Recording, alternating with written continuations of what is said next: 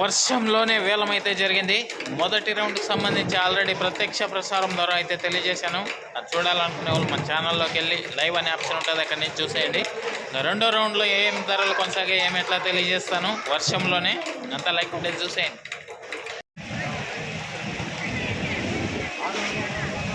640 640 640 వర్షంలోనే వేలం. 540 540 540.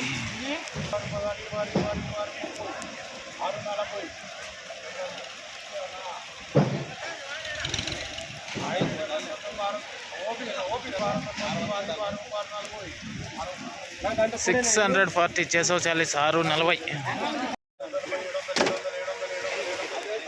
700 700